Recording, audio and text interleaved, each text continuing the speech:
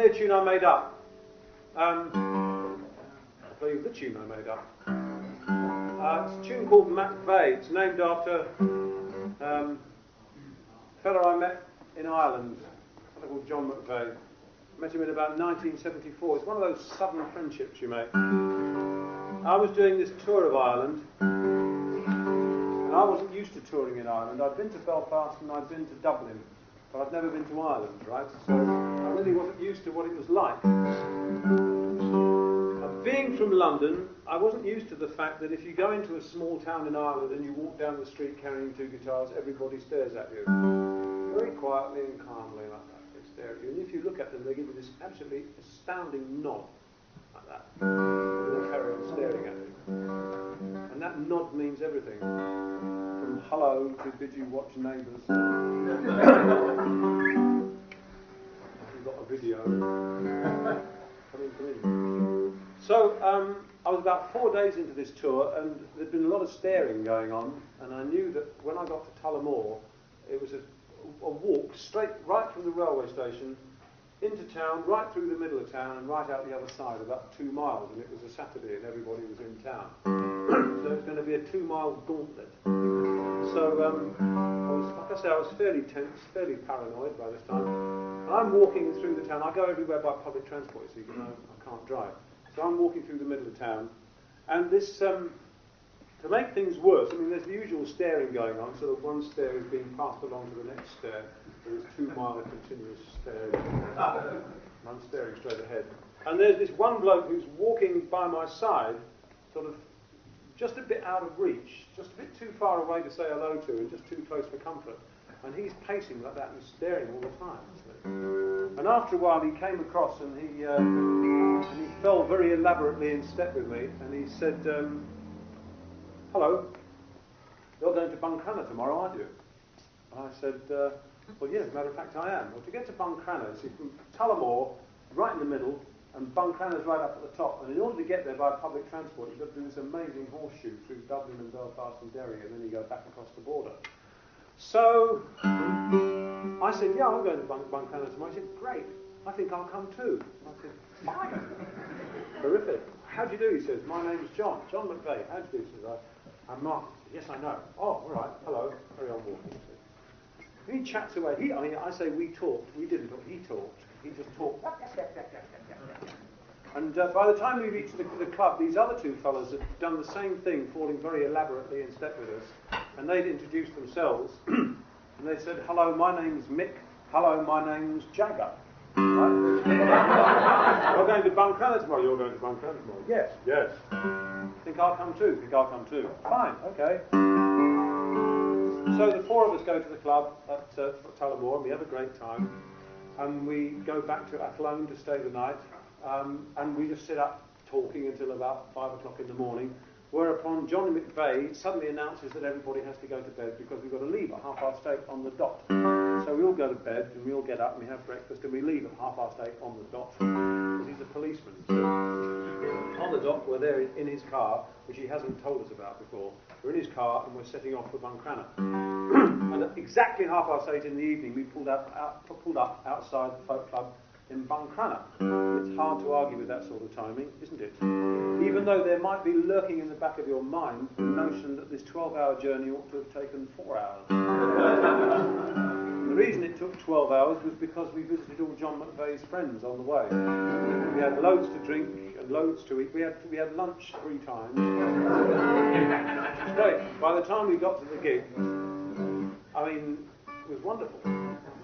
A great time. I had a great time at the gig, and we all set off the next day for Carrick and the west of Donegal to find a fiddle player called Johnny Docherty, who was a really beautiful fiddle player. He was about 82 years old at that time, and he played 6 nights a week in the pub for his bed and board. And Sunday he wouldn't play because he went to church. Absolutely wonderful player. Tremendous. So 4 days of music with this bloke. And at the end of the 4 days, I was very unhappy about it because I had to get the bus from Donegal City back to Dublin because I had a gig to do. And they came and they put me on the bus and then they all buggered off back to Carrick to have some more music. And I never saw this Johnny McVeagh fellow ever again. Southern Friendship. All of what? 6 days? 5, 6 days. So I can never quite work out whether it's 8 or 10 years later, but it's something like that. There's an Irish musician friend of mine sitting in Dublin Airport, and he's coming to the Beverley Festival. And his route is Dublin, Manchester, get the train, Manchester, Hull, another train, Hull, Beverley, and then he's there, okay? And the plane's late. So he's sitting there and he's chewing his, planes are always late, he's chewing his fingernails, but he's not too bothered, because he knows he's going to get there anyway. And this bloke walks up to him as he's sitting there in the lounge, and he says, hello, you're going to the Beverley Festival, aren't you? Yeah, as a matter of fact, I am. And he wasn't so phased about it as I was, but he's used to it, and he's Irish, so he's used to people doing things like that. No, you're going to the Beverley Festival? Yes, he said. Oh, that's interesting, says he. Yep. And he sits down, and they carry on talking for about 20 minutes or half an hour. And finally, their flights are called, and they're on different flights. Their flights are called about the same time, and they stand up and they shake hands. Goodbye, very nice to meet you. Hope to run into you again sometime. Oh, yep. Have a nice time at the Beverley Festival. Great. So my friend turns to walk away, and this bloke won't let go of his hand. He turns back and is looking at him with a slight frown in his face. By the way, he said, did you know that Johnny McVeagh had died? And this mate of mine said, who the hell is Johnny McVeagh? He didn't know him. Who the hell is Johnny McVeagh? Oh, never mind, says the bloke. Doesn't matter. Goodbye, nice to talk to you. And off he goes. My mate gets onto the plane, he gets to Manchester, gets the train from the station to Hull. By that time, everything is that late that he's got to jump straight into a taxi and go straight to the gig, which is what he does. Gets out of the taxi, he's got a lot of instruments, heaves all the instruments out, gets them to the side of the stage and starts to tune them up, because he's got to think of a set list and he's got to tune up, and he's got about 20 minutes. And I walk in, I say, hello, how are you? And he says, leave me alone, I'm tuning up. Okay, so I stand off, and I'm silent, sort of companionably silent, while he tunes up. And there's a gap in his tuning, and I lean across and I say, how's Johnny McVeagh? And he froze on the fretboard. And he looked up with a glassy stare, and he said, he's dead. And he burst out laughing. Which is a fairly good reason for writing a tune for somebody. This is what this tune is for. It's for John McVeagh. After that, there's a tune called Hommage à Roche Proulx, which is another tune from Quebec. And this was named for a disc jockey called Roche Proulx. There you are.